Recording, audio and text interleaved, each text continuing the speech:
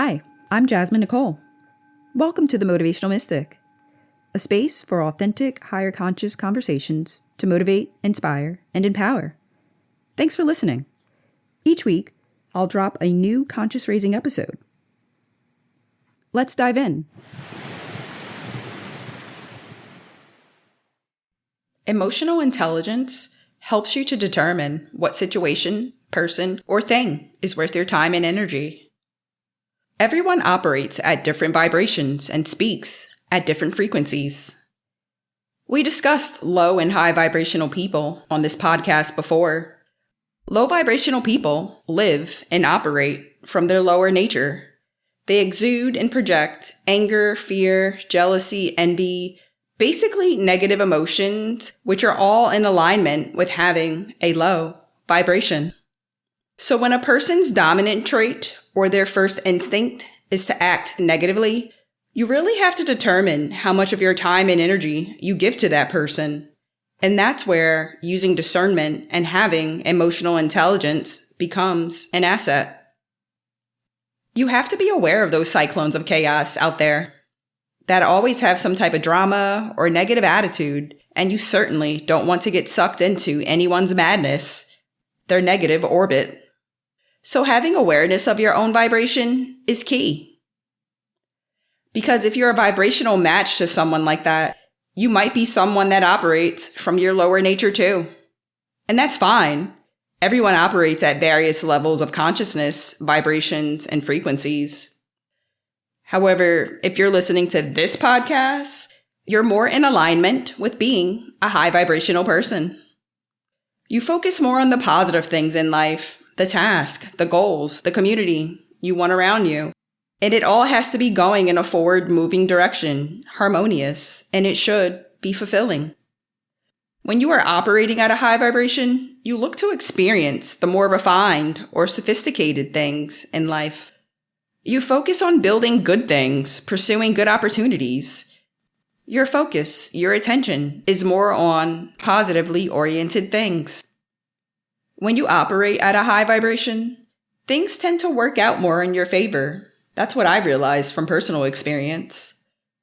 Where attention goes, energy flows.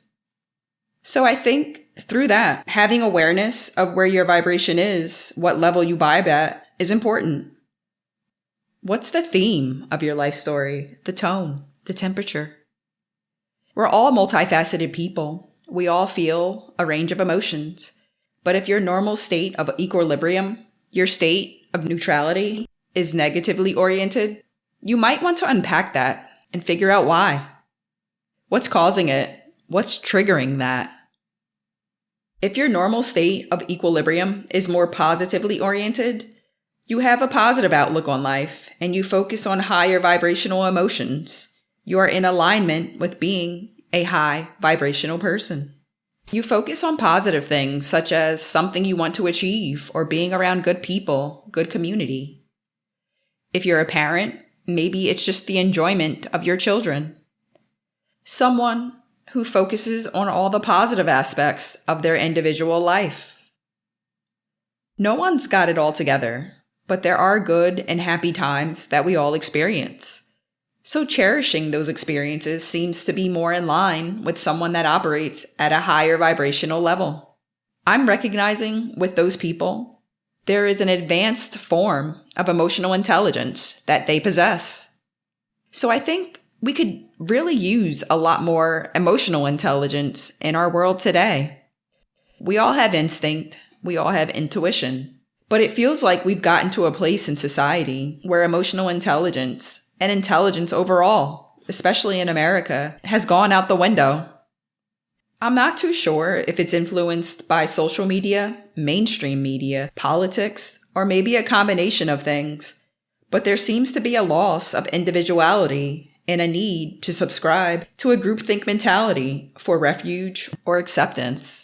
People are just ready to hop on the red team versus blue team political bandwagon and let those idiots dictate what they think and what they do. While a lot of these politicians stuffing their pockets and living debaucherous lifestyles behind closed doors with taxpayer money. I don't know. I won't get too much into that, but I will say, there seems to be a dumbing down of America, if I'm just going to call it out for what it is. I can call out what I see from where I'm located, but I'm sure this may be happening other places as well. I believe they stopped teaching kids in school, which would currently be Gen Alpha. They stopped teaching them how to read and write in cursive. So future generations won't be able to read historical documents, which primarily were written in cursive. I think that's unfortunate, because you need to know the history of things so you don't duplicate stupid things again. You can learn from history to avoid making the same mistakes. There are a lot of short attention spans out there. I can say that for sure. A lot of people have started to come to that realization too. It almost seems like some people are more susceptible to being glamored or enamored by whatever is fed to them through media, entertainment, the celebrity world, or politics. Just falling in line like good obedient servants, while high vibrational people have the ability to use discernment and question things, and they're not afraid to say, "What the heck is going on here?" High vibrational people have the ability, have the inclination to not blindly believe everything they're told to believe, or the things that you see at first glance. Some things need time to be pondered upon, to be dissected. Some things need to be deconstructed to understand the nuances of it. I think the separation between the two groups of people I just discussed is not only discernment, but also emotional intelligence, and those two things influence your vibration. High vibrational people have discernment, and they tend to have more emotional intelligence. They take the time to listen to what they're being told and ponder on it, deconstruct it, to see if it actually makes logical sense. Because I also feel like our emotions play a part in helping us make decisions as well. You may hear something and you're not 100% sold on believing it, or you're just having that gut instinct or emotional intensity that rises to the surface when you're in certain environments, hearing certain things, or you're around certain people. I think our emotions try to chime in when we're making important decisions, when we're trying to decipher information, and when we're interacting with certain people in our life to help us integrate the information we're receiving. Being able to integrate information you're being told to believe, and having the time to integrate all the information you're receiving, so it not only makes logical sense, but emotionally it feels like it's a good direction to go in as well. Some people may refer to the emotional aspect as gut instinct, and I think a lot of people ignore it.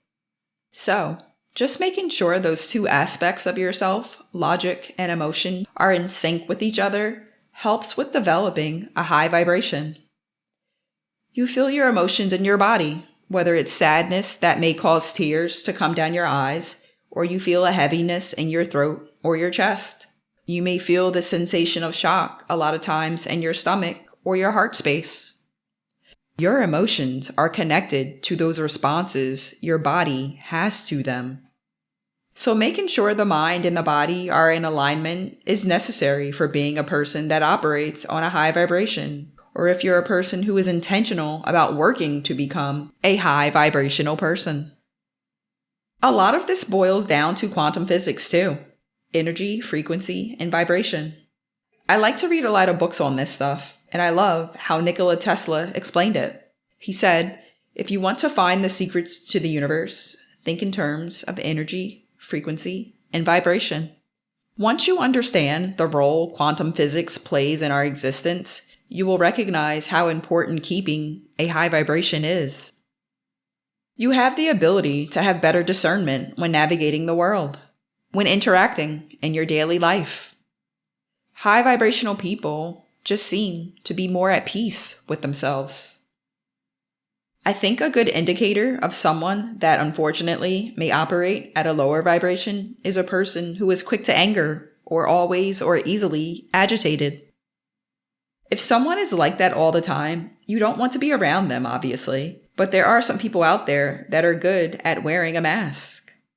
They can present themselves as one way, you meet their representative first. But in time, as you're around them more, their energy, their vibration just gives off a lot of, ugh.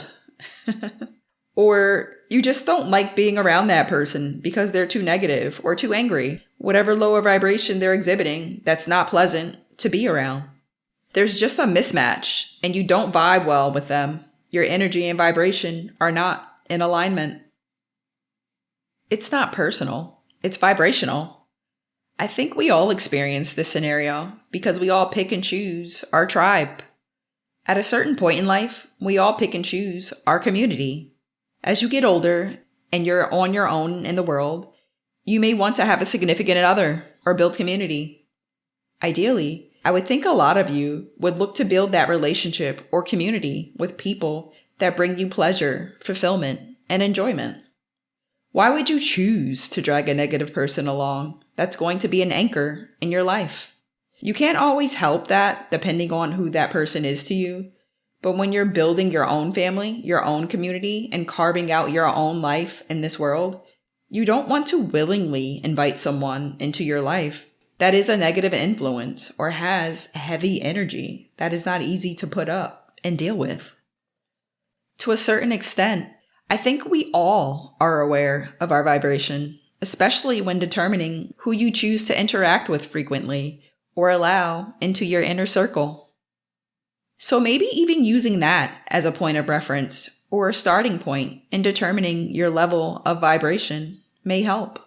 Using it as a basis of, okay, here's where my energy is and where my vibration lands compared to so-and-so.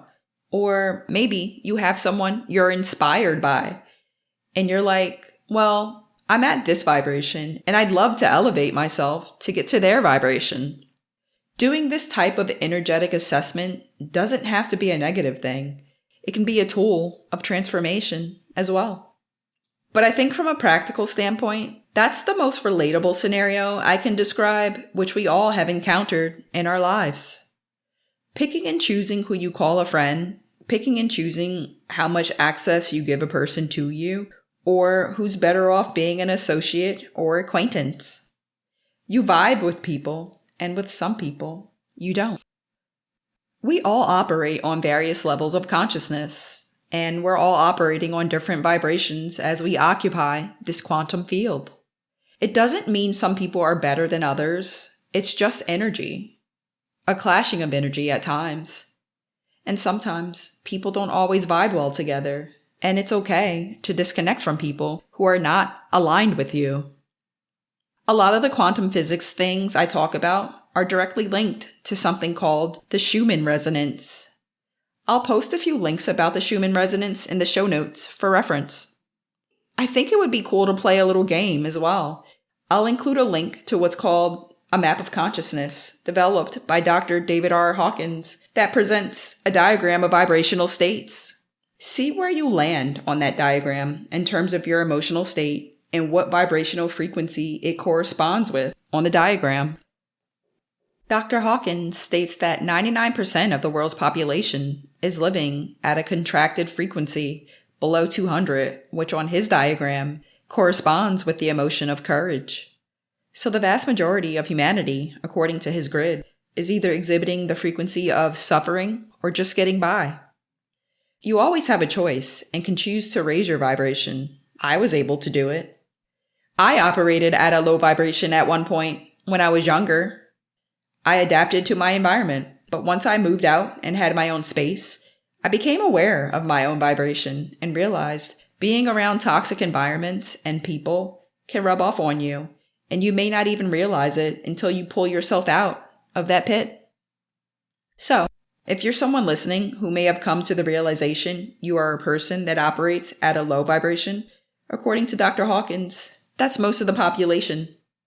It's never too late to change. You don't have to be a product of your environment if you find yourself in that predicament. It's just energy. Expand. Expand your horizons. For my high vibers out there, those high vibrational people, continue to use discernment and emotional intelligence to protect your peace. Keep on. Keep it on. Well, that's all I have for today, everyone. Until next time, goodbye.